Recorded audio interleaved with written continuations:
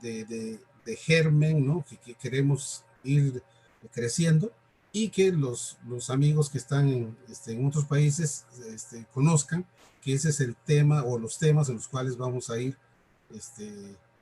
generando diversos productos, no solamente publicaciones, sino otro tipo de productos. Bueno, ¿qué es el níquel? Bueno, el níquel, pues como seguramente habrán escuchado hablar, ¿no? Es un metal dentro de los llamados metales ferrosos, ¿sí? No es, digamos, conocido en otras zonas, ¿sí? Tiene unas propiedades muy interesantes, ¿no? Una densidad alta, un punto de ebullición muy alto y, repito, la aplicabilidad que hoy tienen en los sectores estratégicos, ¿no? De la electrónica y la parte de componentes eléctricos, pues realmente lo hace muy atractivo, además del tema de las ferroaleaciones. En ferroaleaciones o los aceros, por ejemplo, aceros inoxidables. Su abundancia en la corteza terrestre pues realmente es muy escasa. Bueno, justamente aquí podemos ver unas fotos, unas vistas, donde quiero enfatizar lo siguiente, miren. Hay una producción per cápita importante actualmente de estos dispositivos, ¿sí? Se habla que más o menos las personas están generando entre de 2 a 5 kilos, ¿sí? De residuos de baterías, de pilas, ¿sí? Esa es la producción per cápita aproximadamente de este tipo de residuos.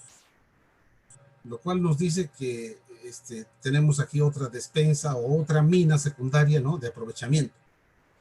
Por otro lado, también los desarrollos que se han ido dando recientemente, el famoso grafeno, ¿sí? Que ha sido hace unos pocos años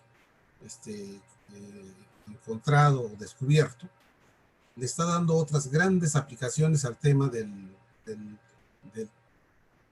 del hidróxido de níquel como cátodo, ¿sí? Entonces, de tal manera que en muchos casos, como ya el níquel ha ido siendo reemplazado por el litio, como en el tema, digamos, para fuentes de energía, de baterías y pilas, y de otros dispositivos eléctricos y electrónicos, entonces ha retornado nuevamente como un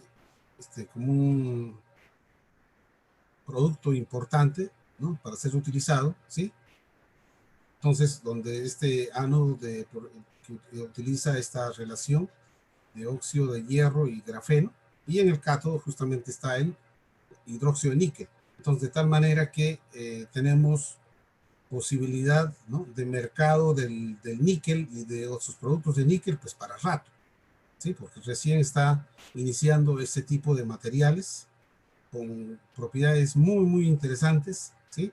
A nivel de microelectrónica, entonces de tal manera que hablar de desarrollo de productos de níquel, pues realmente va a ser muy interesante. Bueno, entonces, en el caso de la producción que se tiene actualmente es básicamente de ferroníquel, orientado hacia el sector que les decía de ferroaleaciones, específicamente de aceros inoxidables. Y allá es básicamente su mercado importante actualmente.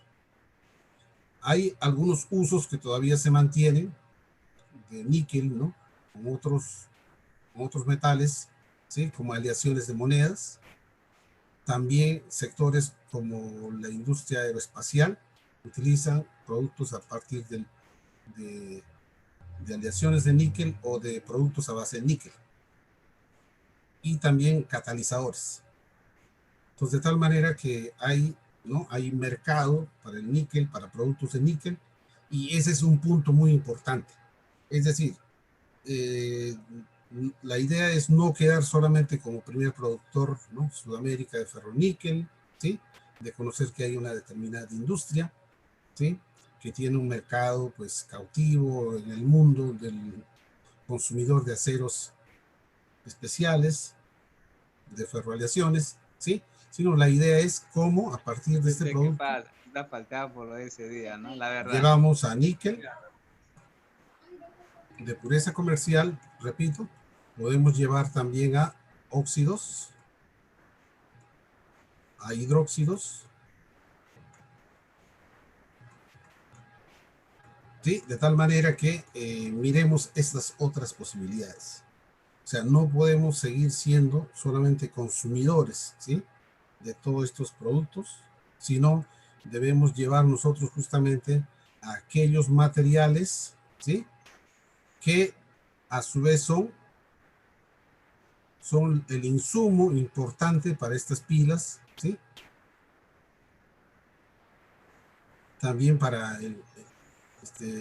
estos usos en la microelectrónica, ¿no? Y en el tema de las baterías. Entonces, la idea, repito, es buscar ya, ¿no? Generar, ¿sí? Otras opciones y no, repito, solamente quedarse con pues, esta experiencia, este ya posicionamiento de productores de ferroníquel, ¿sí? Sino, repito, buscar ya otros, ¿sí? Otros productos que actualmente solamente importamos. Eh, en trabajos previos que se han ido llevando sobre, por ejemplo, recuperación de níquel a partir de baterías gastadas o de los famosos RAE. Cuando uno habla de RAE está hablando de residuos de aparatos eléctricos y electrónicos. Los residuos de aparatos eléctricos y electrónicos. En este tema de residuos de aparatos eléctricos y electrónicos, aquí en Colombia hay una ley que fomenta el aprovechamiento, ¿sí? De pronto no le puedo especificar si ya tenemos algún tipo de industrias, ¿no? Que hagan ese tipo de aprovechamiento. Lo que sí podemos nosotros mostrar que a partir de trabajos de laboratorios, desde semilleros de investigación, sí hemos logrado, ¿sí? Por técnicas hidro y electrometalúrgicas, obtener ese níquel, de tal manera que esa es la dirección que queremos ir desarrollando.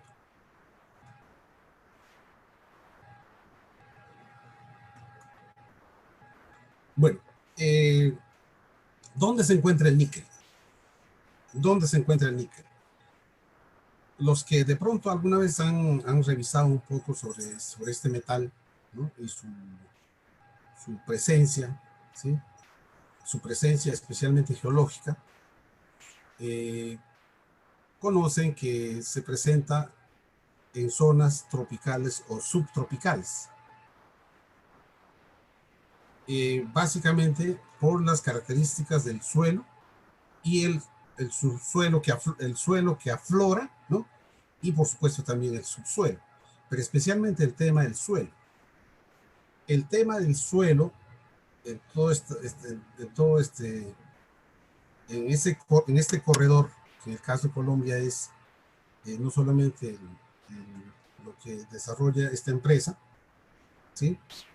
Sino es todo un corredor y que inclusive aquel, aquel depósito, ¿no? Ubicado en un municipio denominado Montelíbano, en el departamento de Córdoba, ya tiende a reducir sus reservas actualmente, pero muy cerca, a 25 minutos, ya hay otro depósito que está desarrollando toda la geología de la misma empresa, en un municipio denominado Planeta Rica, donde han encontrado, ¿sí? Que realmente los tenores son muy, muy interesantes, la mineralogía y la geología es muy cercana al depósito de Montelíbano, y de tal manera que no van a hacer una nueva planta ni van a trasladarla, sino el material es el que van a traer, ¿sí? A actualmente a este municipio de Montelíbano, a esta planta, y va a ser tratada, ¿no? Según las pruebas que han hecho hasta ahora, pues con las etapas similares. Entonces, ¿dónde se encuentra el níquel? Se encuentra en lo que se llama en zonas de lateritas, que son que la morfología externa son, ¿no?, unos suelos rojos. Justamente aquí en estas tres vistas nosotros podemos mostrar que esa característica del suelo, ¿no?, es clásica, porque también se da en otros depósitos de níquel que hay en República Dominicana, de la empresa Falconbridge, y también en otro depósito en Moa, en Cuba, aunque allá son sulfuros. En el caso de aquí de Montelíbano, municipio de Montelíbano, es básicamente silicatos, aunque no es homogéneo esa composición de silicatos. Bueno, entonces decía que el níquel se encuentra, ¿no?, por lo menos de acuerdo a estos tres grandes depósitos, repito, en Colombia, República Dominicana y Cuba, en las denominadas lateritas. ¿Sí? La laterita se denomina ese tipo de suelo, ¿no?, rojizo, ¿sí?, ese tipo de suelo rojizo, que principalmente son arcillas, y donde está el níquel, básicamente se encuentra como saprolitas, se llama el mineral donde está el níquel, saprolitas. ¿Sí? Este dibujito que ustedes ven aquí corresponde justamente al depósito que actualmente se está explotando, pero donde ya las reservas están cada vez menores, ¿sí? Y al frente está la planta industrial, es una planta pirometalúrgica, voy a describir más adelante en qué consiste. Pero este depósito realmente no es que el tenor del níquel sea homogéneo. Realmente yo hice algunas visitas hace unos años y básicamente hemos encontrado que hay una zona donde predomina otro tipo de morfología y de composición, de tal manera que, por decir algo, ¿no?, tiene un 2% de níquel. Hay otra zona donde más es más, digamos, más arcillosa y puede llegar tenores de níquel de 1.5. Y también hay zonas donde, digamos, son más de coloración rojiza, y hay tenores hasta el 6% de níquel. O sea, no es un depósito homogéneo, podríamos decir de alguna forma, pues algo así como diseminado, ¿sí? De tal manera que para hacer la explotación se hace toda una programación, ¿no?, de mezcla, ¿sí? Y luego inclusive hay una etapa de homogeneización. Bueno, entonces los suelos lateríticos son suelos rojizos, ¿sí?, que básicamente han sido resultados de procesos de meteorización. Y miren lo que le comentaba hace un momento, se encuentra en zonas tropicales y subtropicales. Por ello, Colombia, zona cercana al Océano Atlántico, República Dominicana y Cuba. Esos son las tres zonas, ¿no?, con níquel en Latinoamérica. En el caso específico de Cerro Matoso, esta empresa, los depósitos son principalmente tipo silicato, ¿sí? Y esos silicatos pues son básicamente compuestos óxidos silicatados hidratados de níquel y magnesio. Níquel y magnesio. Entonces, repito, desde un punto de vista mineral, saprolitas. Desde un punto de vista de componentes, pues níquel, magnesio, también tiene proporciones muy pequeñitas de cromo, tiene fósforo, azufre, y otros componentes ya menores.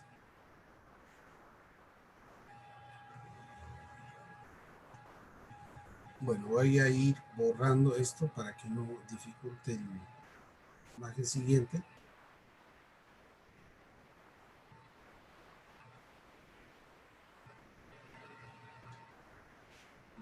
Para que no me dificulte. oculte la imagen siguiente. Bueno, entonces seguimos. Bueno, justamente aquí en esta fotico ustedes pueden apreciar, aquí pueden ustedes apreciar lo que les decía. Miren, tenemos, ¿no? Tenemos aquí la parte norte de Sudamérica. Está en la parte norte de Sudamérica. En esta parte norte de Sudamérica, Colombia tiene la parte del Océano Atlántico. Esta es la capital, Bogotá. Y en esta dirección se encuentra el departamento de Córdoba. Y en este departamento de Córdoba, a 2 horas de la capital del departamento, el municipio de Montelíbano, que es donde se ubica la industria o la planta industrial o el complejo denominado Cerro Matoso. Y mirando esto, ustedes pueden apreciar que tenemos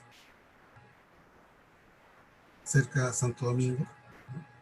Falcon Bridge, otro depósito de níquel, y en Moa, Cuba. Miren ustedes las 3 zonas de níquel, ¿no?, en Latinoamérica. Y las 3 corresponden a zonas subtropicales. Bueno,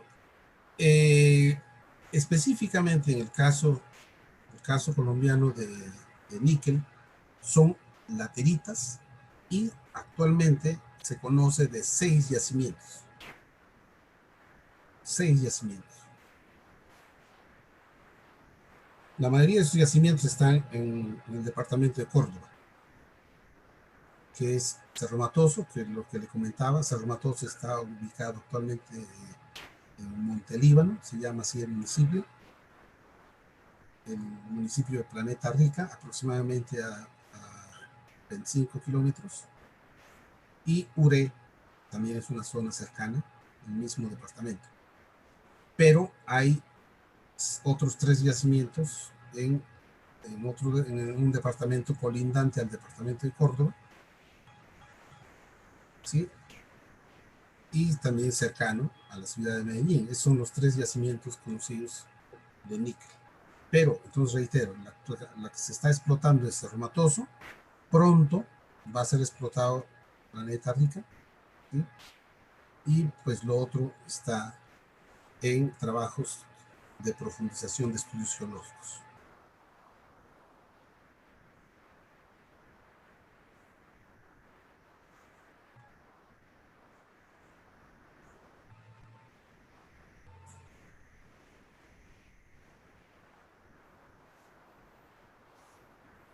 Bien, ¿cómo se obtiene el ferroníquel? ¿Sí? ¿Cómo se obtiene el ferroníquel?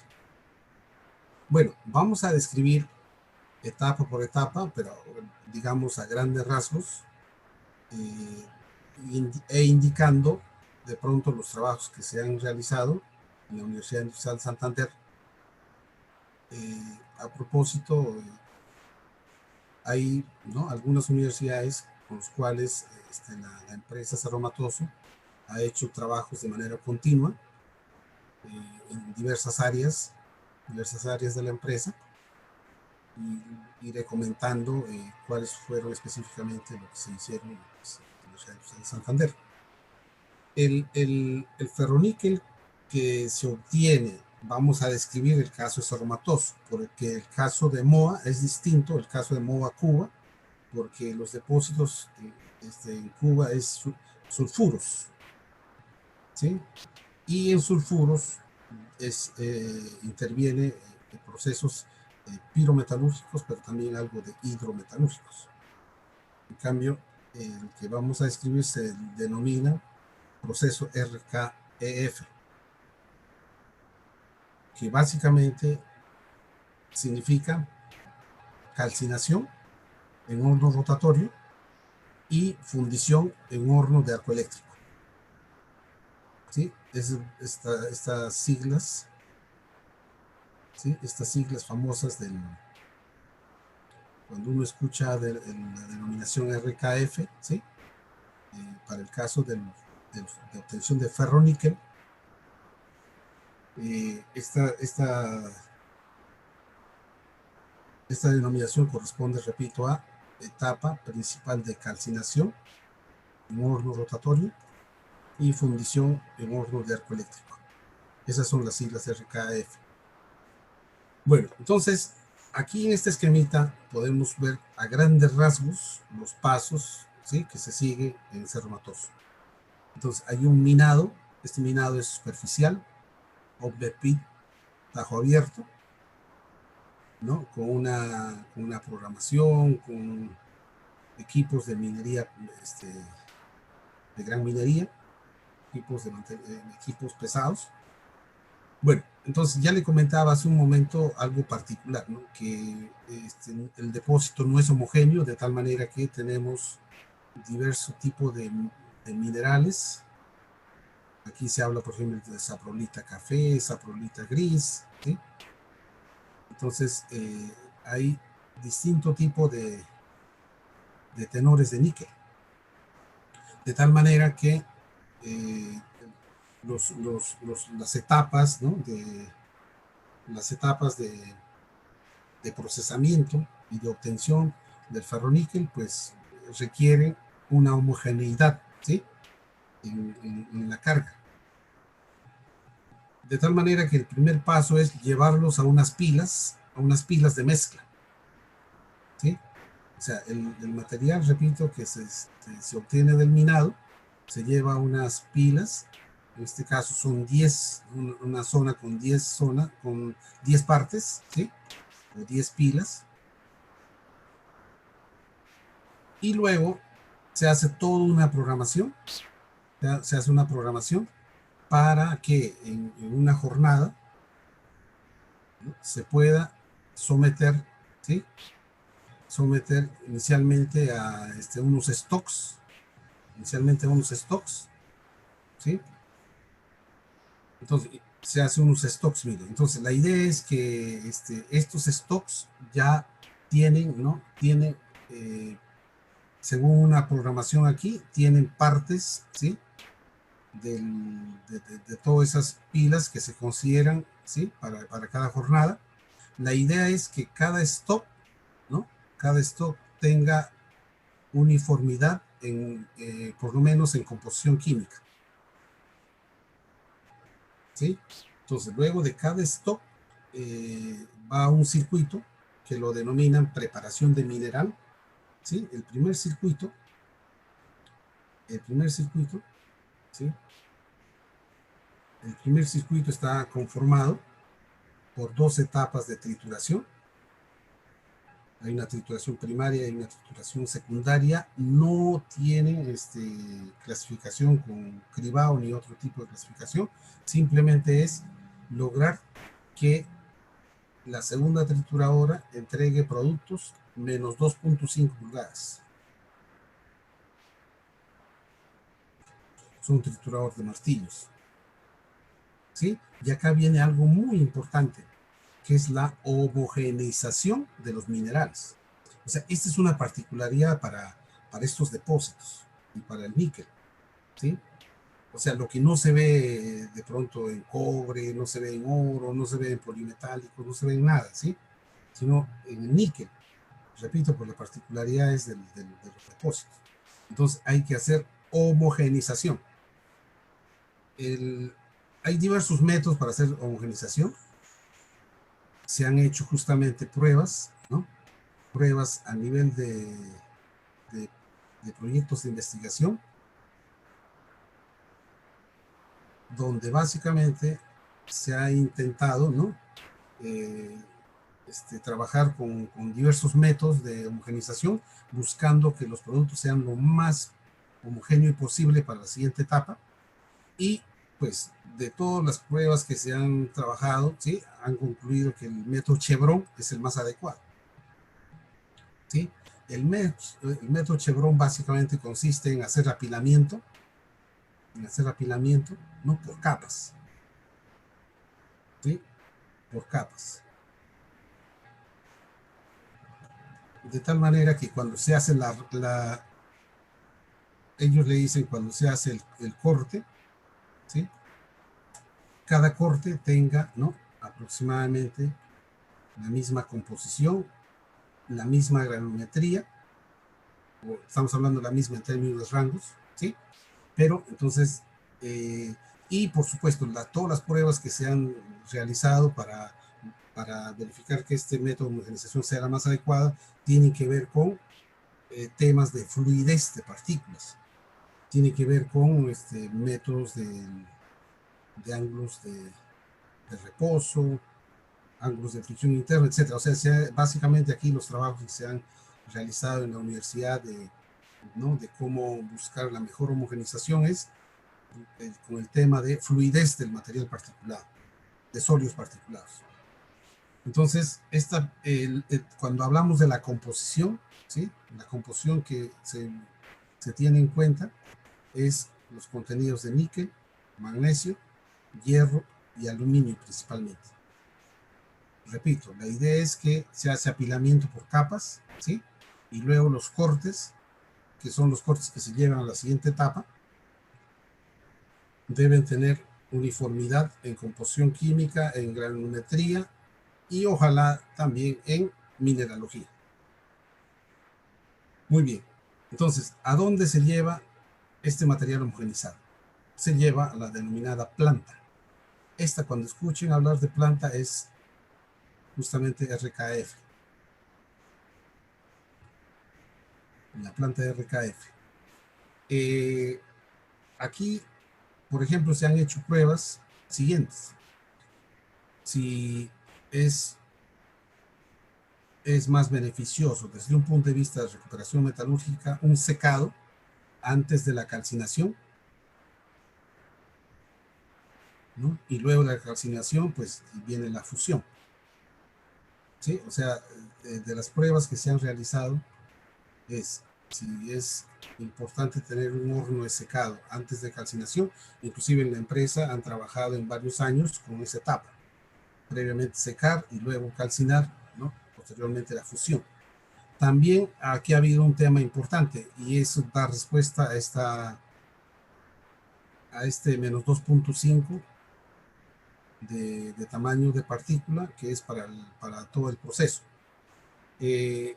Inicialmente, en los primeros años, llegaban a una granulometría menor, ¿no?, pero las dificultades ya de esa granulometría menor son el tema del secado y la calcinación, ¿sí? Entonces, inclusive aquí probaron con aglomeración, pruebas de aglomeración. En la Universidad Industrial de Santander se hicieron muchas pruebas haciendo aglomeración de partículas, pero no solamente pruebas de aglomeración, sino también pruebas de decrepitación, ¿sí? Porque este suelo laterítico, donde están esos minerales de saprolitas, ¿sí?, tiene la particularidad de que fácilmente tiende a reducir de tamaño, ¿no?, por fricción, ¿sí? Entonces, la idea es que cuando se aglomera, digamos, pellets, ¿no?, posteriormente se ha hecho pruebas de decrepitación, la idea es que no pierda esas características físicas del pellet, y luego con ello la calcinación. Repito, estas son pruebas que se hicieron, pero realmente en el momento solamente el mineral homogenizado mediante el método Chevron va directo al horno de calcinación y posterior a fusión, ¿sí?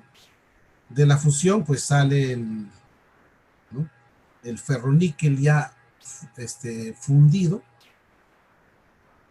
pero que tiene todavía contenidos importantes de azufre, fósforo, cromo, cobalto, inclusive, ¿no?, ¿sí?, que es justamente lo que se refina en la última etapa, la refinación del ferroníquel. Aquí hay una escoria que están en estos momentos haciendo determinadas pruebas para buscar que sean productos, ¿sí? Entonces, este es un resumen, repito, de todo lo que se lleva a cabo como procesos de obtención del ferroníquel. Entonces, reitero, preparación de mineral, previamente toda una programación de la mezcla, ¿sí? Buscando el tema de la homogenización, que es un tema que resalta, digamos, en todos estos procesos, ¿sí? La preparación, luego el tema de RKF y refinación, digamos así resumido. Es la forma como se procesa y se obtiene el ferroníquel en Cerro Matoso. Voy borrando esta parte.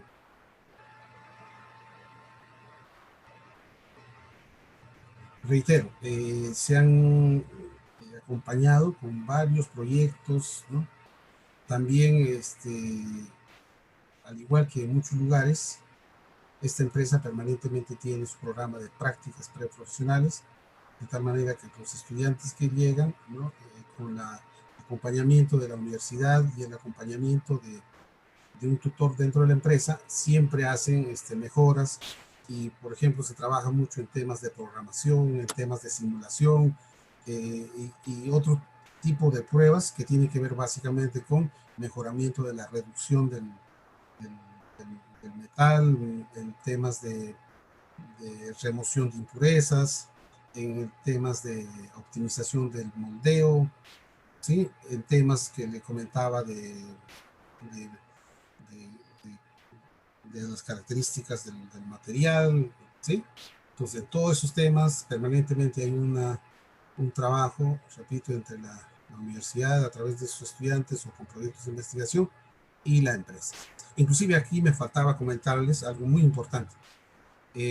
La Universidad Industrial de Santander llevó a cabo un proyecto con esta empresa directamente y me es importante comentarles porque fue un trabajo realmente que la empresa quería que la universidad lo haga, ¿sí? Y no otra institución. Es lo siguiente.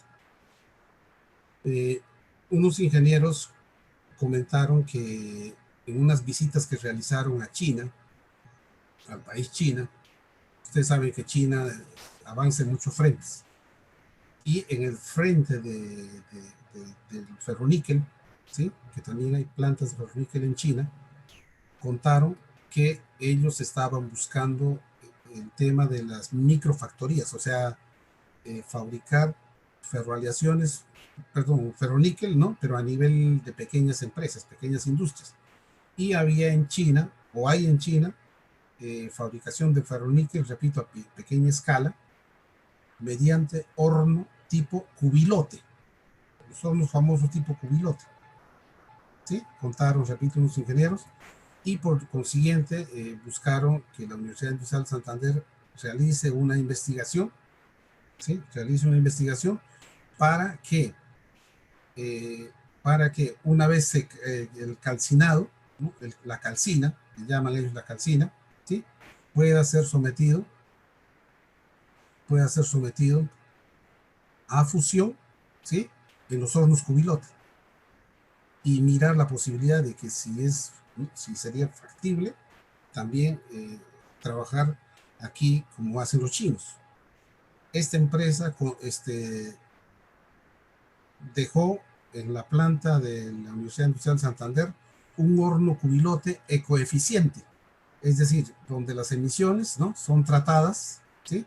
de tal manera que no se ve hacia la parte externa, pues emisiones, gases ni material particulado, ¿sí? Entonces, repito, esta empresa dejó este horno en la universidad y se hicieron pruebas, ¿no? Pues finalmente ellos concluyeron que nuestra experiencia no da para tener producción del fundido en el horno cubilote, sino en el que ellos manejaban, que era el horno de arco eléctrico.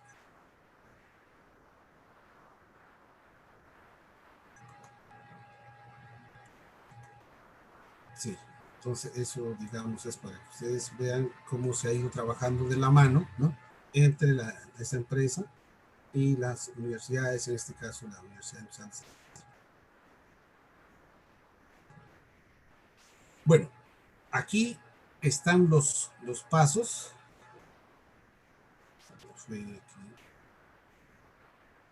aquí están los pasos. Luis, ¿cómo voy de tiempo, Luis, por favor? Ingeniero, le quedan 10 minutos para su exposición. Bueno, gracias, Luis. Voy a acelerar porque realmente sí quería, ¿no? Muy pausado, pero voy a acelerar un poco para más bien si hay preguntas. Aquí le voy mostrando, mire, aquí voy mostrando paso a paso cómo actualmente se lleva a cabo el proceso de obtención del ferroníquel. Y ustedes pueden ver justamente la planta cómo está en la actualidad, ¿no? Aquí en la parte superior está el depósito, ¿sí? La mina.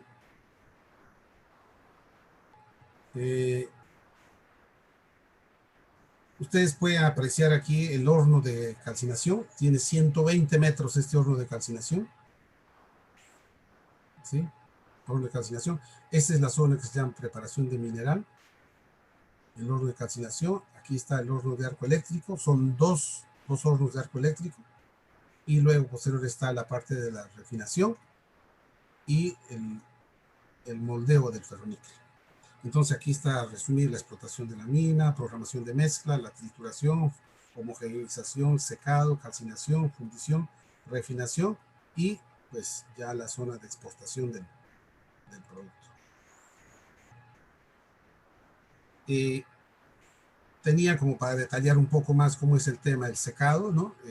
Pues para todos es conocido la eliminación de humedad, hay que tener en cuenta la presión parcial del agua, hay que tener en cuenta la presión de vapor en la zona. Esta es una zona tropical, por lo tanto no va a llegar a alta temperatura, no va a llegar a sino es menor que 100 grados nomás que se utiliza.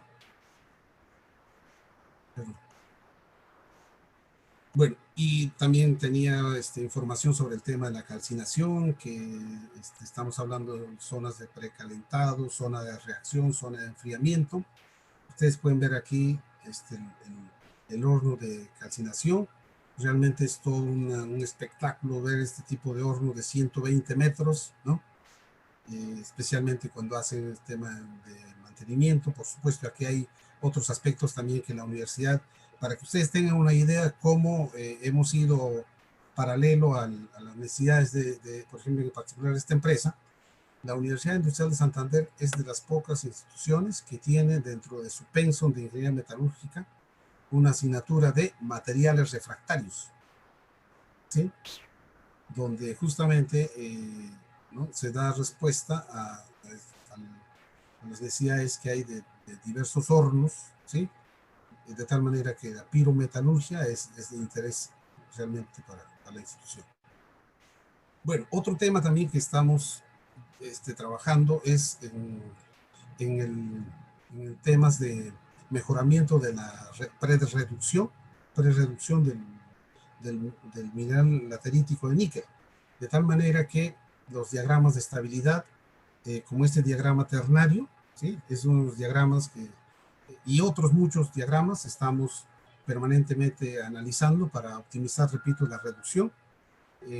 Ustedes pueden ver aquí los componentes, ¿sí? Los componentes que más son usuales dentro de la prerreducción.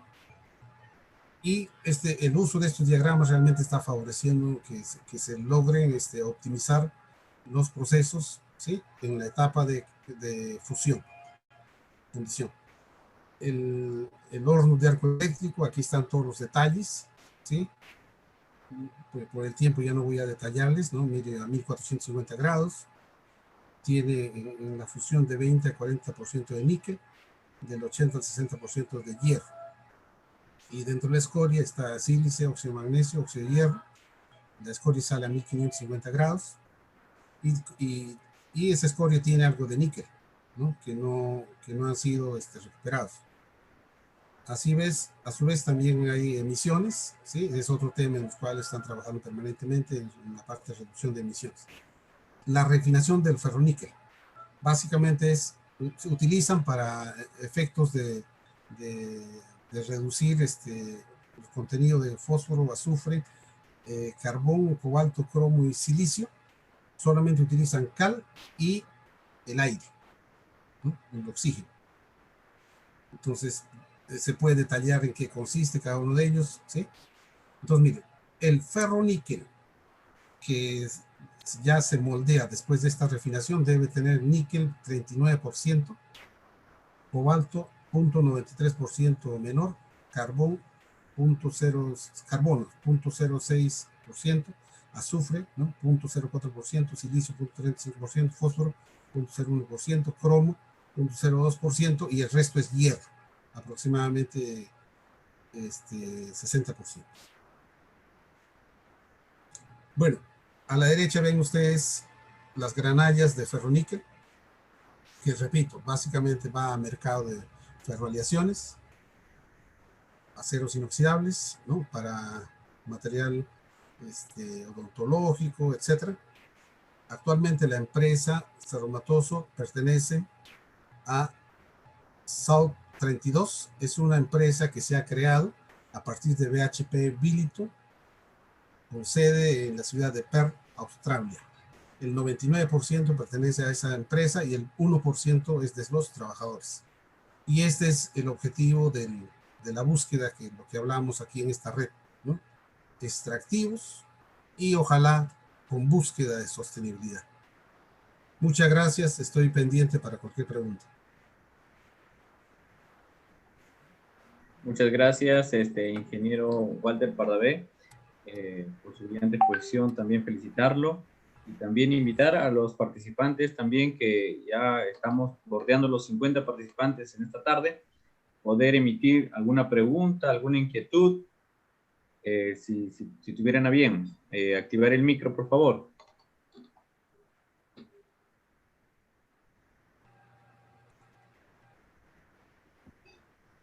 Muy bien, mientras van de repente.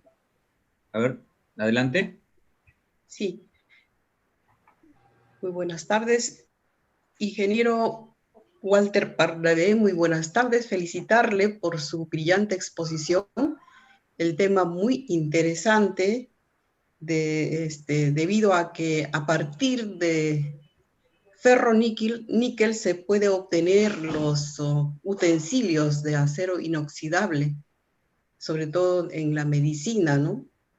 La verdad, el 39% de los componentes de este acero inoxidable lo compone el níquel, pero se habrá evaluado, este elemento es cancerígeno, sobre todo a nivel de las vías respiratorias. ¿Se habrá evaluado ese porcentaje en esa aleación? Muchas gracias.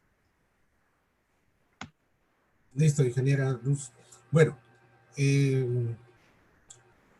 este ferroníquel, no olviden ustedes que es una aleación, ¿sí? Es algo metálico. Y eso se exporta. Ya en China y otros países, ¿no? Obtienen los diversos productos de aceros inoxidables o diversos tipos de aceros, ¿sí? Ahora, dentro del procesado, dentro de todas las etapas del proceso, se generan vapores metálicos, dentro de ellos de níquel, que tienen esas características de toxicidad, etc. Ingeniera Luz, mire, le cuento algo.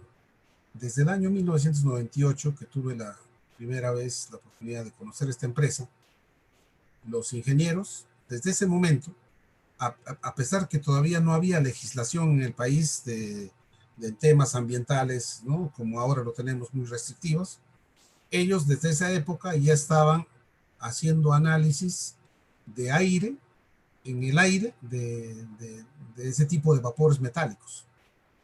Es decir, hasta ahora, en la legislación colombiana, inclusive hasta ahora, no existe, ¿no?, una norma, ni en Latinoamérica tampoco, no existen normas de vapores metálicos en el aire. O sea, básicamente las normas que se tienen son de calidad de aire, ya sea de material particulado, llámese PM10, PM2.5, y lo que es gases, emisiones, ¿sí? Entonces, esta empresa, repito, desde el año 98 que lo conocí, ellos ya han estado mirando qué tipo de emisiones genera, ¿no? Y por supuesto, con con las normas no colombianas, sino de la Agencia de Protección Ambiental de los Estados Unidos. Entonces, les comento, pero daría para mucho hablar. El año pasado, la Corte Constitucional aquí en Colombia dio un fallo para que esta empresa indemnice a una serie de población, ¿sí? Al final realmente no pasó nada de eso, porque esta empresa se preocupa de todos los temas ambientales. Desde esto, mire, es de las pocas empresas que tienen ISO 14001 certificaciones, ¿sí? Y hacen los análisis y hacen los muestreos, todo eso, no con su personal, sino con personal de la autoridad ambiental. Y sin embargo, cuando ha habido toda esta serie de estos temas, pues se ha discutido bastante, ¿no? De que sí hay o no hay, pero es que realmente los países, las entidades de gobierno no están preparados, y no están preparados no solamente en normas, sino en todo el acompañamiento del equipamiento tecnológico, ¿sí? Para verificar que realmente hay esos componentes, tienen ese grado de peligrosidad, toxicidad, etc. O sea, realmente en estos temas siempre va a haber mucho para tratar de discutir, pero repito, este tipo de empresas se preocupa y no solamente se preocupa, repito, hace mucha actuación, ¿sí? Si no, de pronto el tiempo no nos va a dar para ampliar, pero si alguien está muy interesado, digamos, yo con mucho gusto le podría ampliar, inclusive le puede dar información específica de eso. Muchas gracias, ingeniero. Excelente. Muchas gracias, ingeniero Walter. Otra pregunta también, hace poco con un grupo de amigos, estudiantes también de maestría, estábamos pensando en hacer un estudio de qué pasa con estos residuos electrónicos, porque muchas veces, ¿qué hace la familia en el hogar? Lo que hace es, ¿qué hace con las pilas, con las baterías, con los cargadores? Lo bota al tacho de basura. ¿Será una buena forma de reciclarlo, ingeniero? O de repente, ¿qué mecanismo podemos hacer en casa, al menos para reducir el impacto? O también, como usted dice, un potencial de níquel que podemos tener inclusive en casa. Hay muchos kilos, como usted lo menciona, que se van emitiendo. Cada persona emite a través de estos residuos. ¿Qué podemos hacer, doctor, para el hogar, para la casa? ¿Qué recomendaciones podríamos dar ahí? Ingeniero Luis, en ese tema realmente podemos hacer con la Universidad de San Marcos bastante cooperación a través del grupo del ingeniero Daniel, por lo siguiente. Hay ya normas para el manejo, para la gestión adecuada de todo ese tipo de residuos. O sea, se llama residuos de aparatos eléctricos y electrónicos, donde están la chatarra electrónica, todo eso, pero también están residuos de pilas y baterías, ¿sí? Todas las pilas y baterías, desde las pequeñitas, ¿no? Desde las tipo dedo, las rectangular, bueno, todo eso, ¿sí? Ya tiene normatividad para hacer lo que se llama la logística inversa. Inclusive hay empresas que tienen contenedores, ¿no? Por ejemplo, en cada universidad ya tiene que haber ese contenedor para que todos aquellos que generan sus pilas, etcétera, ¿no? Lo dejan ahí.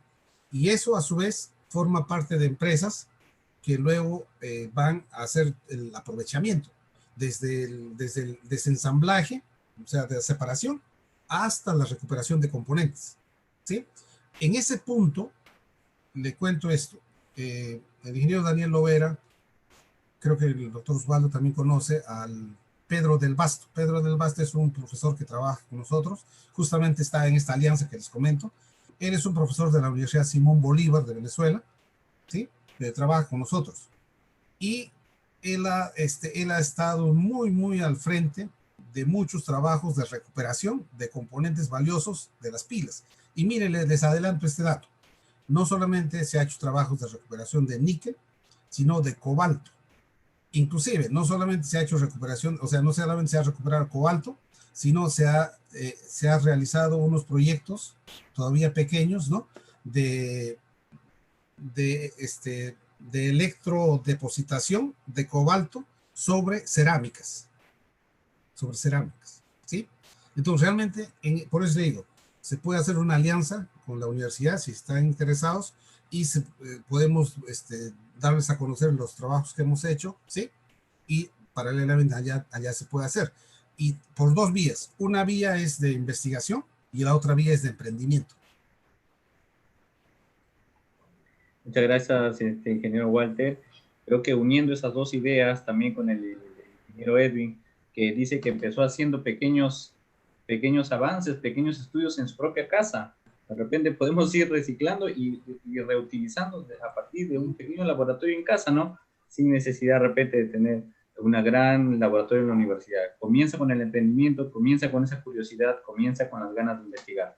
Muchas gracias, ingeniero Walter. Y también las redes. Creo que justamente RIPREX apunta a redes, apunta a poder trabajar en sincronía con profesionales, con ingenieros, con personas de otras profesiones también alrededor del mundo. La pandemia nos ha traído hoy en día poder interconectarnos con todas las partes del mundo y poder trabajar juntos para poder mejorar, minimizar el impacto y hacer que todos nuestros procesos también sean más sostenibles. Muchas gracias, ingeniero Walter, por acompañarnos en esta tarde y que también le sigan los éxitos también por allí en Colombia. Muchas gracias, un abrazo para todos y cuídense, ¿no? Y pronto seguramente nos veremos. Así es, muchas gracias, ingeniero Walter. Bueno, vamos a dejar el tiempo ya con